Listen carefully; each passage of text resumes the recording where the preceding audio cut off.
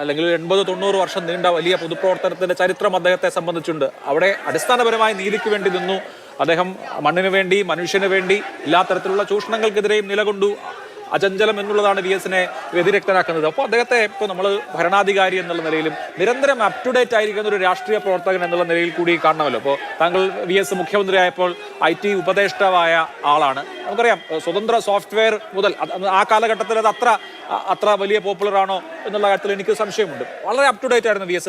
ഈ IT കയറ്റുമതി, കേരളത്തിന്റെ IT കയറ്റുമതി VS-ന്റെ കാലം തുടങ്ങുമ്പോൾ എത്ര, അദ്ദേഹത്തിന്റെ കാലം അവസാനിക്കുമ്പോൾ എത്ര എന്നുള്ളതിന്റെ കണക്ക് നമുക്കറിയാം. ഈ തരത്തിൽ VS എല്ലാ മേഖലകളിലും, ഏതെങ്കിലും ഒരു വിഷയം എന്നുള്ളതിനപ്പുറത്ത് എല്ലാ മേഖലകളിലും ഫോക്കസ് ഉണ്ടായിരുന്ന ഒരു ഭരണാധികാരി കൂടിയായി എങ്ങനെ പ്രവർത്തിച്ചു?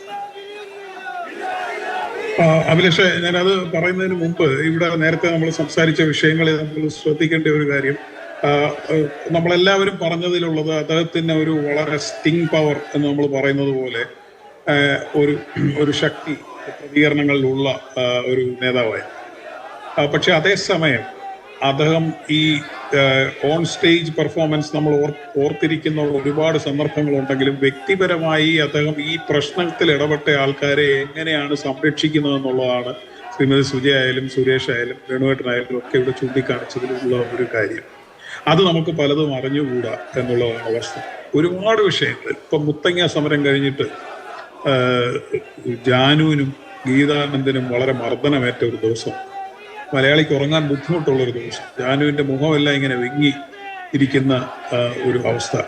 അന്ന് ഇത് ഒരു നക്സൽ നേതാവാണ്, പാർട്ടിയുടെ ഒരു രീതിയൊക്കെ അനുസരിച്ച് എങ്ങനെയാണ് അത് ഇടപെടാറുള്ളതെന്ന് അറിയാം. പക്ഷെ കേരളത്തിന്റെ പ്രതിപക്ഷ നേതാവ് അതിൽ ഇടപെടേണ്ടതാണ്, അത് അങ്ങനെ ഒരു സ്ത്രീ മർദ്ദിക്കപ്പെടുമ്പോൾ എന്നൊരു അഭിപ്രായം അദ്ദേഹത്തിന്റെ മുന്നേ വരുന്നു. അത് അങ്ങനെ ഇടപെടാൻ സംഘടനാപരമായി പ്രശ്നമുണ്ടെന്നുള്ളതൊക്കെ ചർച്ച ചെയ്യപ്പെടുന്നു. VS-ന്റെ പ്രതികരണം എന്ന് പറഞ്ഞാൽ, VS ഫോൺ എടുത്ത് അന്ന് DYFIയുടെ സ്റ്റേറ്റ് സെക്രട്ടറി ആയിരുന്ന T ശശിധരനെ വിളിച്ചിട്ട്, നിങ്ങൾ അങ്ങോട്ടേക്ക് പോയിക്കോളൂ, ഞാൻ പുറകെ വരുന്നുണ്ടെന്നാണ്. VS അപ്പോൾ ആലോചിച്ചത് അദ്ദേഹം ചെല്ലുന്നതിന് മുമ്പ് അവർ വീണ്ടും മർദ്ദിക്കപ്പെടുമോ എന്നുള്ളതാണ് അദ്ദേഹത്തെ ഭരിച്ചത്. അത് ആ വിഷയമൊക്കെ T ശശിധരനോടൊക്കെ നിങ്ങൾ ചോദിക്കും.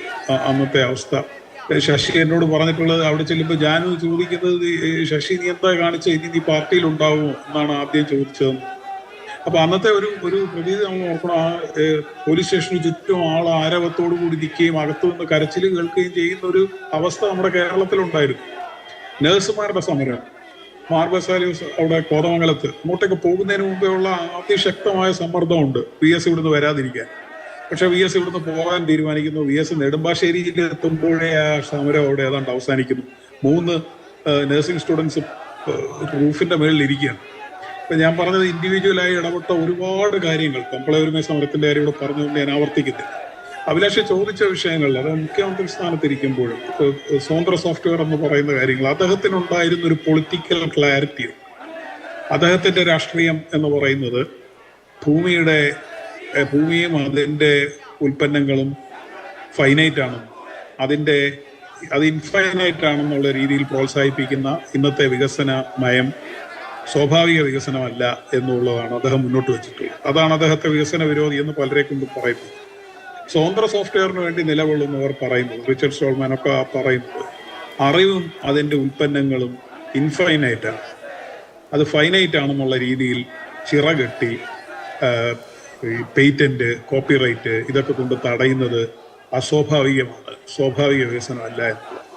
അപ്പൊ ഇവർ രണ്ടും പറയുന്നത്, സ്വാഭാവിക വികസനത്തിന്റെ വക്താക്കളായ ഇവർ രണ്ടും പറയുന്നത് തമ്മിൽ അടിസ്ഥാനപരമായ ഒരു തലം, അതാണ് അവരെ ഭാഷയ്ക്കൊക്കെ അതീതമായി അവരെ തമ്മിൽ മണിക്കൂറുകൾ സംസാരിക്കാനും ആശയവിനിമയം നടത്താനും ഒക്കെ ഇടയാക്കുന്നത്. ഇപ്പൊ ഞങ്ങള് തുടക്കത്തിൽ ഈ സ്വതന്ത്ര സോഫ്റ്റ്വെയറിന്റെ പ്രചരണാർത്ഥം ഇവിടുത്തെ ഇത് ഉൾക്കൊള്ളാൻ കഴിയുമെന്ന് നമ്മൾ കരുതുന്ന അക്കാഡമിക് ക്വാളിഫിക്കേഷനുള്ള പുതിയ സാങ്കേതിക വിദ്യയൊക്കെ മനസ്സിലാക്കാൻ കഴിയുന്ന പല രാഷ്ട്രീയ നേതാക്കളോടും സംസാരിക്കുക.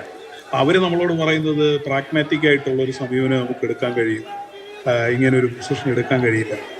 പക്ഷെ അന്ന് തന്നെ ഇപ്പോൾ നമ്മുടെ തലപ്പത്തിരിക്കുന്ന പല നേതാക്കന്മാരും, ഞാൻ പേരുകൾ പറയുന്നില്ല, നമ്മളോട് പറയുന്നുണ്ട് ഒരു വിഷയത്തെ ഓപ്പണായിട്ട് സമീപിക്കണമെങ്കിൽ VS മാത്രമേ ഉള്ളൂ. 96-97 കാലഘട്ടത്തിലെ കാര്യമാണ്. അപ്പോൾ VS-ന്റെ അടുത്ത് ചെല്ലുമ്പോൾ അത് സത്യമാണെന്ന് നമുക്ക് ബോധ്യപ്പെടുക. അദ്ദേഹം നമ്മൾ പറയുന്നത് മാത്രമല്ല, നമ്മൾ പറയാനിരിക്കുന്ന കാര്യവും അതിൻ്റെ രാഷ്ട്രീയവും കൂടി ഇങ്ങോട്ട് പറയുക. അപ്പോൾ നമുക്ക് പെട്ടെന്ന് നമ്മുടെ എഞ്ചിനീയറിംഗ് ഡിഗ്രിക്കോ യൂണിവേഴ്സിറ്റിക്കോ ഒന്നും അത്ര വിലയില്ല എന്നും അതിലും വലിയൊരു സർവകലാശാല ഇവിടെ ഉണ്ട് എന്നുമൊക്കെയുള്ള ബോധ്യം നമ്മളറിയാതെ നമ്മുടെ ഉള്ളിലേക്ക് വരികയാണ്. അപ്പോൾ അങ്ങനെ കേരളത്തെ മുന്നിൽ നിന്ന് നയിച്ച ഒരു നേതാവാണ്. വെട്ടിനിരത്തൽ എന്ന് നമ്മൾ പറയും. യഥാർത്ഥത്തിൽ പിന്നീട് ഹരിത MLA-മാർ വഴിയൊക്കെ കേരളത്തിന്റെ ഫ്യൂച്ചർ രാഷ്ട്രീയമായി ഇപ്പോൾ മുന്നോട്ട് വെക്കപ്പെടുന്ന പരിസ്ഥിതി സംരക്ഷിച്ചുകൊണ്ടുള്ള ഒരു രാഷ്ട്രീയത്തിന് മുന്നിൽ നടന്ന നേതാവാണ്. ഭൂമിയുടെ വിനിയോഗം സംബന്ധിച്ച്, അറിവിനെ ചിറകെട്ടി നിർത്തുന്നതിനെ സംബന്ധിച്ച്, IT വികസനത്തിന്റെ കാര്യത്തിൽ നേരത്തെ അഭിലാഷ് ചോദിച്ചൊരു കാര്യം, തിരുവനന്തപുരത്ത് ഒരു ടെക്നോ പാർക്ക്, അങ്ങനെ തിരുവനന്തപുരം ഒരു പട്ടണം മാത്രം വികസിപ്പിച്ച് IT വികസിപ്പിക്കാൻ ശ്രമിച്ചാൽ അവിടുത്തെ കുടിവെള്ള പ്രശ്നം, പാർപ്പിട പ്രശ്നം, ഗതാഗത പ്രശ്നം ഇത് കേരളത്തിന് താങ്ങാനാവില്ല. ഇപ്പോൾ തന്നെ 860 ആൾക്കാർ ഒരു സ്ക്വയർ കിലോമീറ്ററിൽ താമസിക്കുന്ന ഒരു സംസ്ഥാനമാണ്. ഇത് ചൈനയ്ക്ക് പോലും ഇല്ലാത്ത ജനസാന്ദ്രതയാണ്. അതുകൊണ്ട് കേരളത്തെ ഒരു IT ഹബ്ബായിട്ട് വികസിപ്പിക്കണം എന്നും അങ്ങനെ മാത്രമേ കേരളത്തിന്റെ IT വികസനം സാധ്യമാകൂ എന്നും ബോധ്യമുള്ള ഒരു IT മന്ത്രിയായിരുന്നു അദ്ദേഹം. അങ്ങനെയാണ് ഹബ് ആൻഡ് സ്പോക്ക് എന്നുള്ള രീതിയിൽ techno park, info park, cyber park എന്ന 3 ഹബ്ബുകളും അതിന് ചുറ്റും ചെറിയ പാർക്കുകളുമായി കേരളത്തെ ഒരു IT ഡെസ്റ്റിനേഷനായി രൂപപ്പെടുത്തിയത്.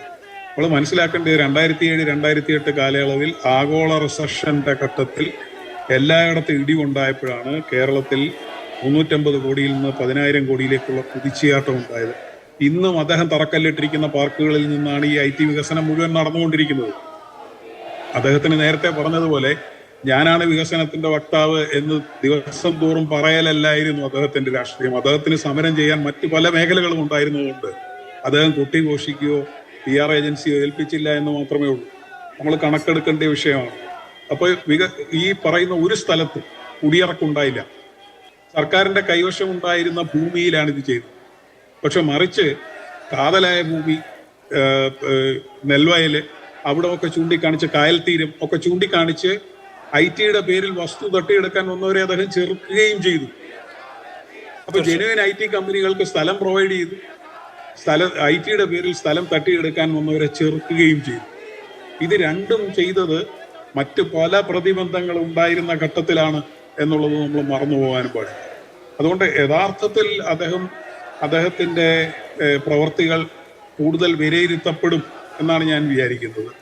ഈ ജനം, ഞാനതാണ് ആദ്യഘട്ടത്തിൽ പറഞ്ഞത്, ജനം ആർത്തു വിളിച്ച് യുവജനത കേരളത്തിലെ രാഷ്ട്രീയ നേതൃത്വത്തോട് പറയുന്നത് ഞങ്ങൾക്ക് ഇതാണ് വേണ്ടത് എന്നാണ് ഈ പറഞ്ഞുകൊണ്ടിരിക്കുന്നത്. അത് തിരിച്ചറിയും എന്ന് നമുക്ക് പ്രത്യാശിക്കാം. തീർച്ചയായും.